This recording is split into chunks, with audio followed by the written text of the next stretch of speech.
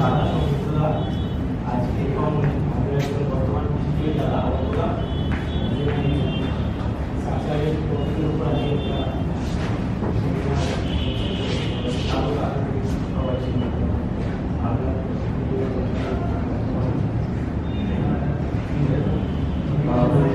Geological ইনস্টিটিউটকে ধন্যবাদ আমাকে যে আমাকে এই কনফারেন্সের ব্যবস্থা করে দেওয়ার জন্য। তো আমি আমার রিসার্চ নিয়ে ইন্ট্রোডাকশন নিয়ে আমি হিমালয়ে কাজ করি। তো ফার্স্ট ইয়ারে আমার প্রথম বছরের প্রজেক্টটা ছিল আলমোড়াতে, যে প্রজেক্টটা এই বছর একটা ফলো আপ কাজ ছিল, যেটা অর্ক আমার সঙ্গে ফিরে গেছিল। আর এই বছর থেকে আমি লাদাখে কাজ করতে শুরু করেছি, ওখানে হিমালয়ের অবস্থা। তো আমি হিমালয়ে কাজ করি, মানে অবভিয়াসলি জিওলজিটা খুবই ইন্টারেস্টিং, কিন্তু তার থেকেও আমার বেশি ভালো লাগে এবং ওখানে কাজ করতে করতে কান ধরে চোখ খুলবে, মানে দৃশ্য যেগুলো দেখা যায় সেগুলো খুবই সুন্দর। এবং I look for any skills, scientific skills definitely keep working in the Himalayas because I like it a lot. So this is actually a video from the Paralasa class, which is in the Himalayas. And it's very cold up there, and there are almost no outcrops. But if you go down a little bit, there are many outcrops in Ladakh. And next year, I'm actually planning to keep working there. So if someone like Arko wants to join us, he or she will be most welcome. I think it's very exciting to work here. So let us get started with the talk. So today we're going to talk about what me and Arko were doing in Almora. So the focus was to test the tectonic models, which are already available. And we went to the Almora Cricket, and I'll tell you why we came to Almora Cricket. So just to give you a handle of the location, this is Himalayas Prospect. And if I get waters, it starts from northern Pakistan and then goes all the way to northeast India. And if I zoom into the Indian Himalayas, this is the state of Uttarakhand. This is where the town of Almora is. And now if I pull out the geological map, that's what it looks like. So this bubble is Almora. And if I zoom in, so as you can see, it's a fault-bound treatment. And the Indian water passes through somewhere here. And this is structurally a single treatment, however, just because it's in two different countries. The eastern part is known as the Almora Cricket, and the western part, which is inside Nepal, is known as the Presidency. And if I go back here, so if you see this map, you'll see that this is the largest cricket that you find in the leading edge of the Himalayas. Because this is the main outcrop of this marble rock.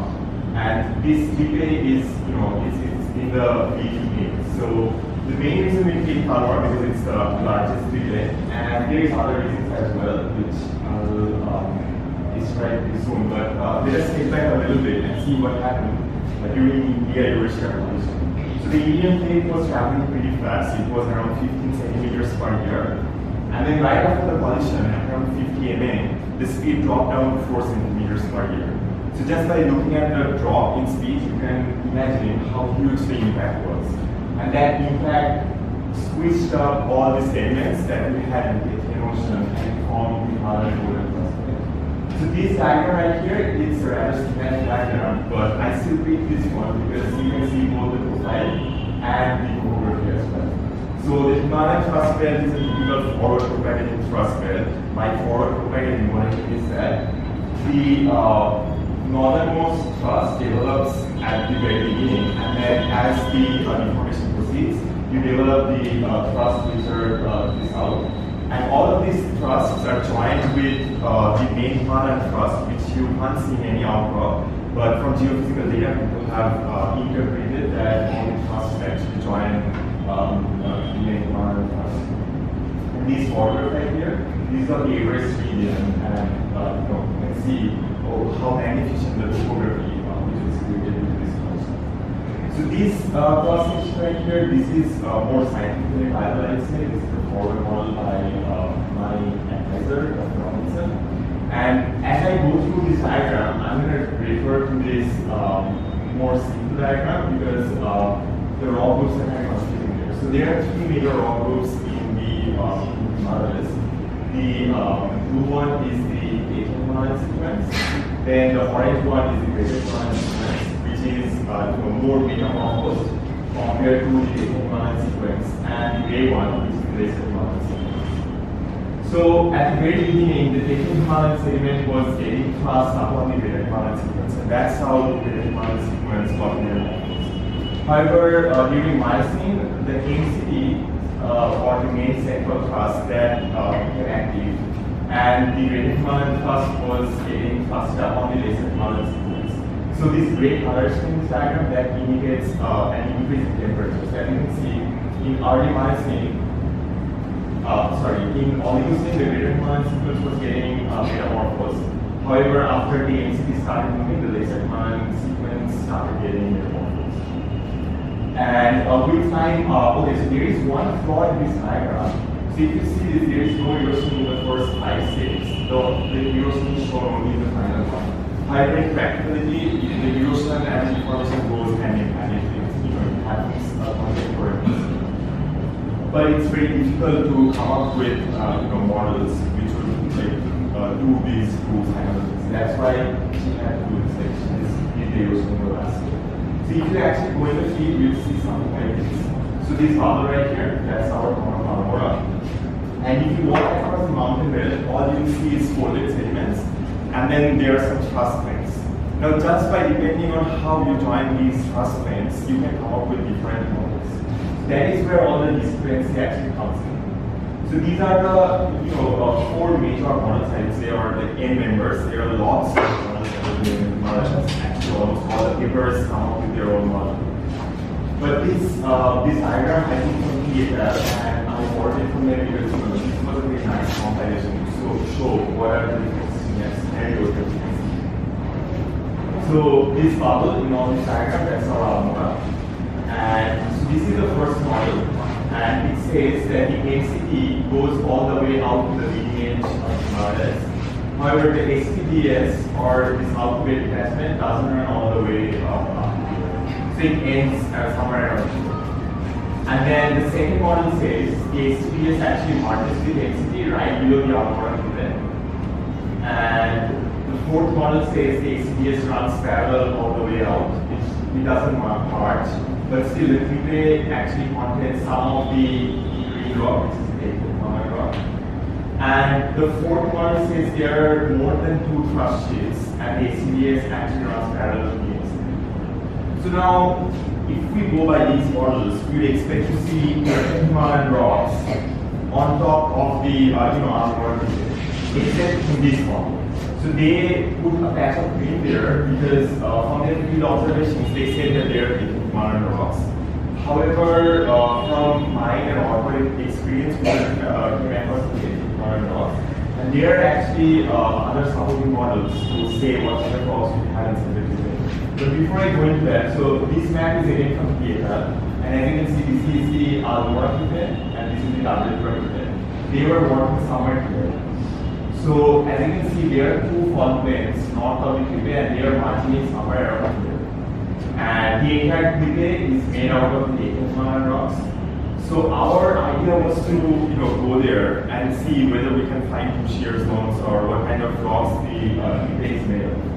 So this is the cross section from their field work. So they had these 2 shear zones, the Villa shear zone, which they joined with the HTDS. Okay, I'll just stop here for a second. So the method of joining 2 thrust sheets, what we do, we figure out the hanging wall and focal rocks, and then the strengths of shear in the thrust zone. And from that, we just join in if these criteria match. So for example, for joining something with MCT, you have to have the lesser Himalayan rocks in the focal, greater Himalayan rocks in the hanging wall, and the shear zones should have properties of strengths of shear. Similarly, in HTDS, you should have the Himalayan rocks on top and greater Himalayan rocks in the hanging wall, and then the shear strength should be properly north. So the contrasting thing is that HTDS has properly north sense of shear, and MCT has properly south sense of shear. So from their observation, where they had these 2 shear zones, they supported this one, saying that these 2 shear zones are marching below the Tibre, and they say that because these 2 shear zones were very closely spaced. However, so Shubho normally worked with my advisor before I joined her, and Shubho has some geotechnical data. So this is the second criteria that we use to decide, the first shape. So in Himalayas, these three rock groups, they have very characteristic geochemical signals. For example, the Sarpan edge, it always comes around this value for the Himalayan rocks, and around 900 for the greater Himalayan rocks, and also the excited uranium value. I don't want to go into what these numbers mean. For now, we'll just look at these numbers and decide what kind of rocks we have. So from Shubho's data, these the clear rocks were greater Himalayan rocks, and the football were lesser Himalayan. So we didn't find any Himalayan signature inside the clear. So there is one possibility though that the two shear zones mark somewhere around the India-Nepal border. Because people have worked in India and in Nepal, and nobody actually worked around this border area, and even Arko know very well why. Because we were actually kicked out of Nepal once because they didn't like us, being in shops and doing weird stuff. But however, we could still go a little bit inside and see what happened. So from here, actually, I'll just hand it over to Arko, and Arko will tell you guys what we saw in the field. To understand which of the 4 months that I showed you.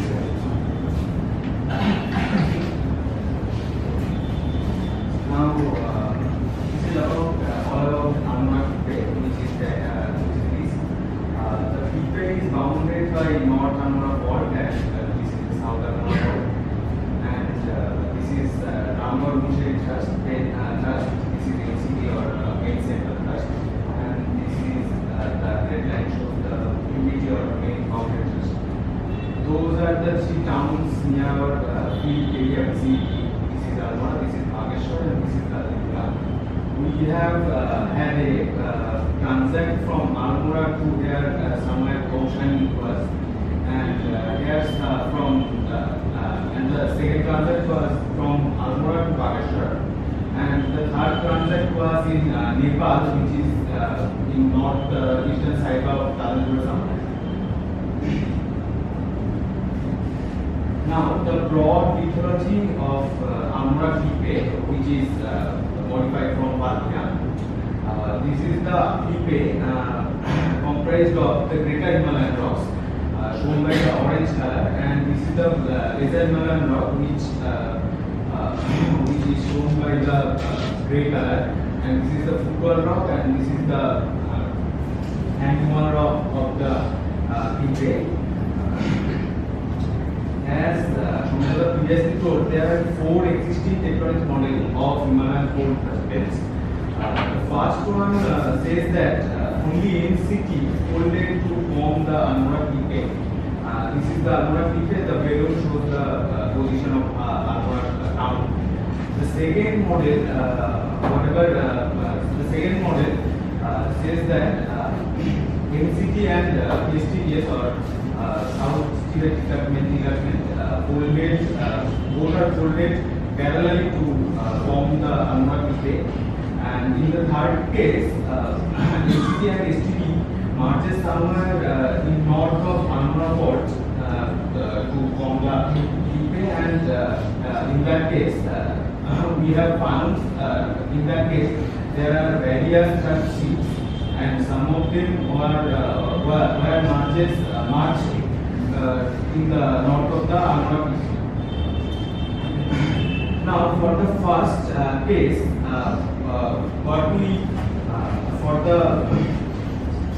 for supporting one of these models, what we will find in field is that for the model 1, we will find one shear zone having top to the south sense of shear here. For the second model, we will get 2 shear zones for one is here, one is here, having a different sense of shear or some case. And for the third model, we will have 2 shear zones marching near the north Almora fault, having 2 opposite sense of shear. And for the fourth case, we will like to find 2 or 3 marching shear zones and some parallel shear zones, which is showing a less absence of shear in one outcrop. Now, what we found in field, what type of rocks we found in field?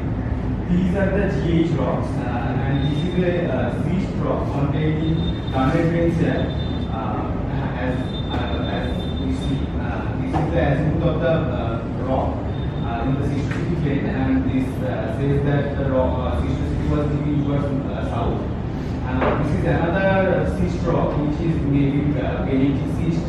So this was somewhat friable, and this is shear zone rocks found near the vicinity of the fault zone.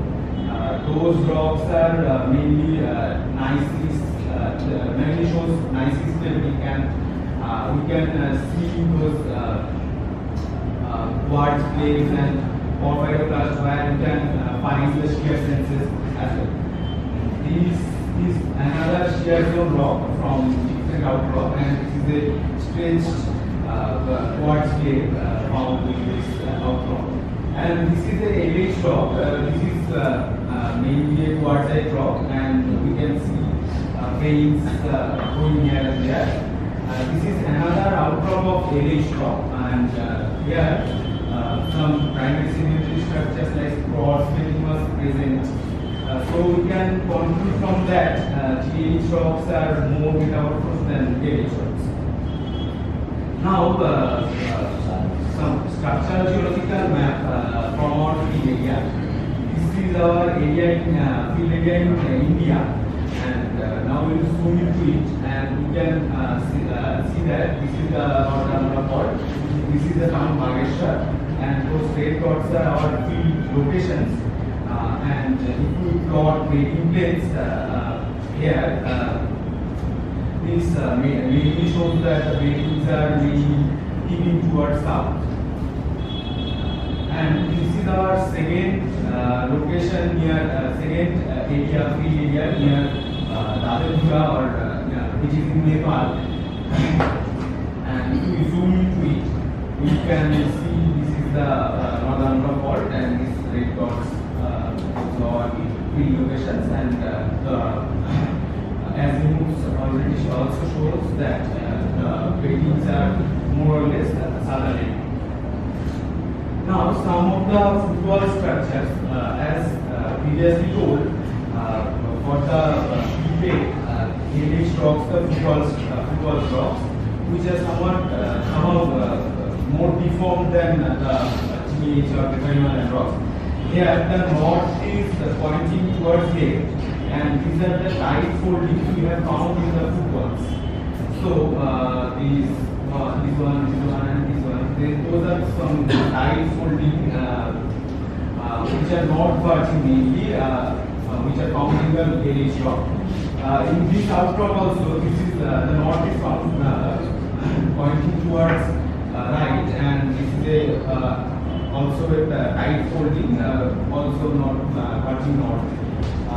This is another outcrop showing those not virgin tight folds. Now the hanging one is the clique itself. So the structure of clique is by Johnson. The structure of clique is mainly synchronal fold type of structure, whose axial plane moves like this, and which is plunging towards south. Now we'll get some shear sense indicators in some outcrops. Now this outcrop is trending towards 240 degree, as you can see, which is perpendicular to the main strike direction of the main thrust. So that makes it a fruitful outcrop to find shear sense indicators. This is a porphyroclast. If we zoom into it, you can find that the grain suffers some rotation. The rotation, the direction of rotation is like that, and as the north pointing towards left, we can say that the shear sense is top to the south. In this outcome also, the north is pointing towards right and the thrust is rotating eastward, rotating this side. So we can also say that the shear sense is top to the south. In this case, north is pointing to the right and this is a clockwise thrust and this is its tail. So the rotation also says that sense of shear is southward. So another conclusion, now from the field observation, we can find found only one shear zone having top to the south sense of shear. So we can probably say that the first model is probably the right model for evolution of Almora and monster buildings. However, we will test the microstructures further, which I will be and auxiliary data of tetrahedral zircon and VSD also be done by Somiddho to support one of the model confidently.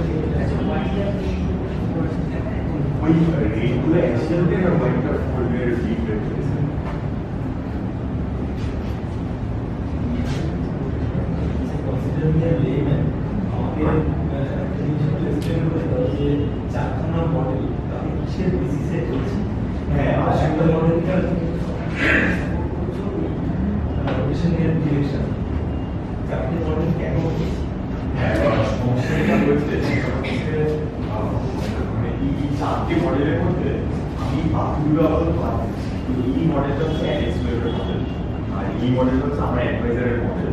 তো আমি কিছু মানে আপনারা জানেন যে